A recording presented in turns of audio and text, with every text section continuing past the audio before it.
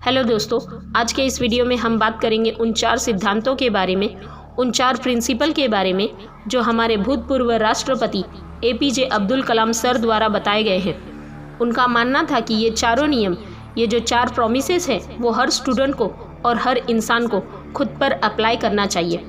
अगर कोई स्टूडेंट या कोई भी इंसान उनको अपने जीवन में उतार लेता है और उनको फॉलो करता है तो इस दुनिया में ऐसी कोई चीज़ नहीं है जो उस इंसान के कदमों में न गिर जाए। इन चारों प्रिंसिपल को हम पूरी डिटेल्स में समझेंगे ताकि आपको इनको फॉलो करने में आसानी रहे। तो ध्यान से इस वीडियो को लास्ट तक देखें और इसकी एक भी सेकंड बर्बाद ना करें, क्योंकि इसका एक एक शब्द बहुत कीमती है। रूल नंबर 1, हमेशा अपने आप को याद दिलाएं कि आपका लक्ष्य बहुत बड़ा है। हमेशा अपने आप से बोलिए कि I will have great aim. दोस्तों, सन 1958 की बात है। डॉक्टर एपीजे अब्दुल कलाम एक पायलट बनना चाहते थे। उन्होंने मेहनत करके पायलट बनने के लिए सारी परीक्षाएं पास कर ली, लेकिन पायलट के वैकेंसी के लिए केवल 8 सीट ही थी और डॉक्टर एपीजे अब्दुल कलाम 9वें नंबर पे थे।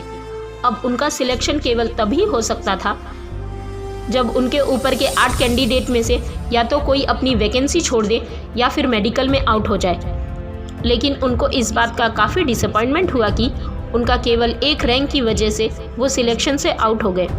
लेकिन उन्होंने ये स्वीकार किया कि it was disappointment for me but disappointment could not defeat me, यानी कि मैं निराश ज़रूर हुआ था लेकिन निराशा कभी भी मुझे हरा नहीं सकी। उन्होंने ठान लिया था कि भले ही पायलट बन के एयरक्राफ्ट ना उड़ा सकूं, लेकिन एक इंजीनियर बन के, एक साइंटिस्ट बन के मैं एयरक्राफ्ट ज़रूर बना सकता हूँ, मिसाइल बना सकता हूँ, रॉकेट बना सकता हूँ। और दोस्तों, ये तो किसी को नहीं पता कि अगर डॉक्टर एपीजे अब्दुल कलाम पायलट बनते तो वो कहाँ तक पहुँच पाते। लेकिन उन्होंने इस बात को ज़रूर साबित किया कि अगर वो पायलट नहीं बन पाए तो उन्होंने मिसाइल और वो रॉकेट ज़रूर बना दिए। और वो भले ही इंडियन एयरफोर्स के पायलट नहीं बन पाए, लेकिन राष्ट्रपति ज़रूर बने, जो कि तीनों सेनाओं के कमांडर इन चीफ होते हैं और तीनों सेनाओं में आर्मी, नेवी और एयरफोर्स भी होती है। दोस्तों, उनका कहा गया रूल नंबर 1 कि हमेशा अपने आप को बोलिए कि I will have great aim, मैं अपना लक्ष्य ऊंचा रखूंगा। ये प्रॉमिस हमेशा अपने आप को याद दिलाते रहे। दोस्तों, रूल नंबर 1 के बाद बात करते हैं रूल नंबर 2 की। हमेशा अपने आप से बोलिए कि I will continuously acquired knowledge, यानी कि मैं हमेशा लगातार ज्ञान हासिल करता रहूँगा। दोस्तों, अब उनके इस दूसरे रूल को उन्हीं के जीवन से समझते हैं। डॉक्टर एपीजे अब्दुल कलाम को मिसाइल मैन के नाम से भी जाना जाता है। वो एक इंजीनियर थे, एक वैज्ञानिक थे। उन्होंने बहुत सारे मिशन को लीड किया और सक्सेसफुल भी रहे। उन्होंने पद्म भूषण, पद्म विभूषण और भारत रत्न जैसे सिविलियन अवार्ड भी जीते। वो भारत के 11वें राष्ट्रपति भी बने, लेकिन इसके बावजूद भी उन्होंने ये माना कि वो अपने आप को एक टीचर समझते हैं, वो अपने आप को एक अध्यापक समझते हैं और उनको सबसे ज़्यादा खुशी तब मिलती है जब उनका कोई स्टूडेंट पीएचडी पूरी कर लेता है। यानी कि उनकी लाइफ में अगर सबसे ज़्यादा ज़रूरी कोई चीज़ थी तो वो थी एजुकेशन, नॉलेज। उनका मानना था कि एजुकेशन के लिए, यानी कि ज्ञान के लिए, जो सबसे बेस्ट टाइम होता है वो है स्टूडेंट लाइफ। और किसी भी इंसान की सक्सेस के पीछे उसकी एजुकेशन, उसके नॉलेज का सबसे बड़ा हाथ होता है। उनका ये मानना था कि एक स्टूडेंट का सबसे प्राइमरी कोई जॉब है तो वो है अच्छी शिक्षा ग्रहण करना।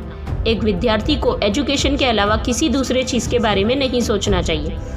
अगर एक स्टूडेंट एजुकेशन के अलावा कुछ और करना चाहता है तो वो वीकेंड्स में किसी हॉस्पिटल के बाहर गरीब लोगों के प्रति अपनी संवेदना व्यक्त कर सकता है, उन्हें खाना दे सकता है, खुशी दे सकता है, पेड़ पौधे लगा सकता है, दूसरे लोगों को भी शिक्षा दे सकता है। लेकिन इन सब कामों के बावजूद भी एक स्टूडेंट के लिए केवल नॉलेज हासिल करना ही सबसे पहली प्राथमिकता होनी चाहिए। यानी कि आपको हमेशा अपने आप को याद दिलाना है कि चाहे कुछ भी हो, मैं सीखना नहीं छोड़ूंगा। दोस्तों, पहला रूल था अपने आप को हमेशा याद दिलाना है कि I will have great aim, और दूसरा रूल है अपने आप को याद दिलाना कि I will continuously acquired knowledge. इसके बाद बात करते हैं रूल नंबर 3 की। Rule number 3, doctor APJ Abdul Kalam का तीसरा नियम था कि अपने आप से हमेशा प्रॉमिस करें कि मैं हमेशा हार्डवर्क करता रहूँगा, यानी कि आई विल डू हार्डवर्क। दोस्तों 1973 की बात है। विक्रम साराभाई अंतरिक्ष केंद्र के चेयरमैन प्रोफेसर सतीश धवन ने डॉक्टर APJ अब्दुल कलाम से कहा कि हमें एक सैटेलाइट लॉन्च व्हीकल बनाना है, यानी कि एक ऐसा रॉकेट जिसमें हम सैटेलाइट रख के उसको अंतरिक्ष में भेज सके।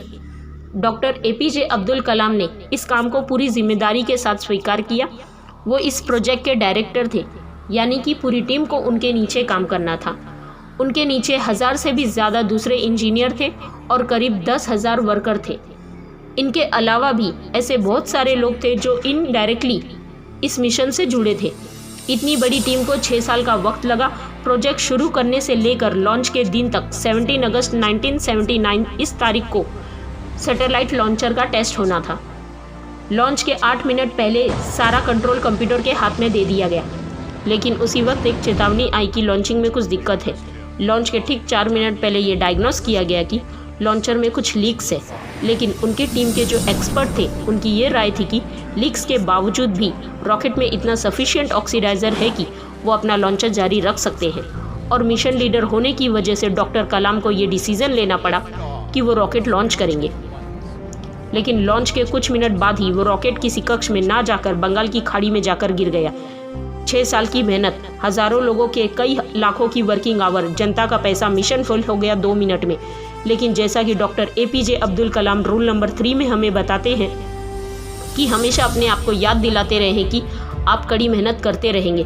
ठीक उसी नियम का अनुसरण करके डॉक्टर कलाम ने अपनी टीम के साथ 1 साल और कड़ी मेहनत करी और प्रोजेक्ट के शुरू होने के 7 साल बाद आखिरकार उन्होंने साबित करके दिखाया कि कड़ी मेहनत आपकी असफलता को सफलता में बदल सकती है।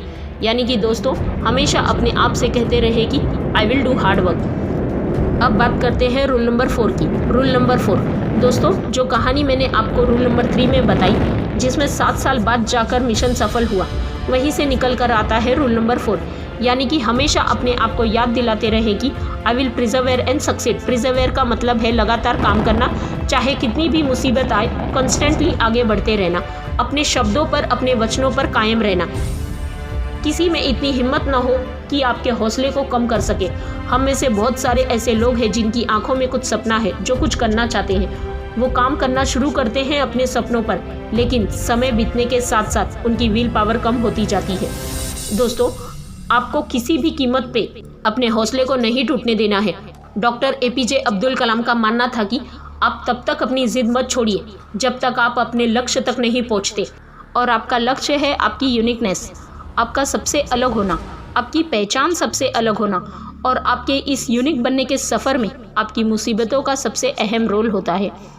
अगर आपने अपने मुसीबतों से डरना छोड़ दिया, उन पर से ध्यान हटाकर उनके हल के बारे में सोचना शुरू कर दिया, उस पर काम करना शुरू कर दिया, तो आप किसी न किसी दिन इस दुनिया में सफल ज़रूर हो जाओगे। दोस्तों इस वीडियो के लास्ट में मैं इन चारों रूल को रिवाइज कर देती हूँ। रूल नंबर 1, अपने आप को याद दिलाए कि आपके पास एक बहुत बड़ा सपना है। You must have big dream. Rule number 2, अपने आप को हमेशा याद दिलाए कि आपको कभी भी सीखना नहीं छोड़ना है। Means you must continuously acquired knowledge. Rule number 3, कड़ी मेहनत करें, मेहनत में कोई कमी न छोड़े। और रूल नंबर 4, उस मेहनत को लगातार करें, और ऐसा अगर आप करते रहोगे तो आप एक दिन ज़रूर सफल हो जाओगे। दोस्तों आज हमारे बीच में मिसाइल मैन, इंजीनियर, वैज्ञानिक और भारत पूर्व राष्ट्रपति doctor APJ Abdul Kalam sir नहीं हैं। जैसा कि उन्होंने बताया था कि वो अपने आप को एक अध्यापक ही समझते थे।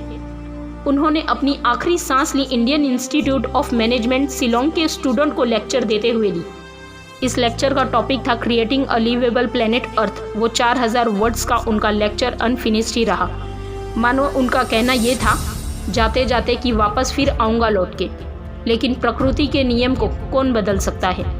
आइए आज हम एक शपथ लें कि जो रास्ता हमारे doctor APJ Abdul Kalam sir ने हमें दिखाया है, उस पर हम लगातार आगे बढ़ते रहें और अपने वचनों पे कायम रहें, और अनंत समय तक doctor APJ Abdul Kalam sir को हमारे खुद के अंदर जिंदा रखें और पूरी दुनिया को दिखा दें कि हिंदुस्तान से बेहतर कोई दूसरा देश नहीं हो सकता।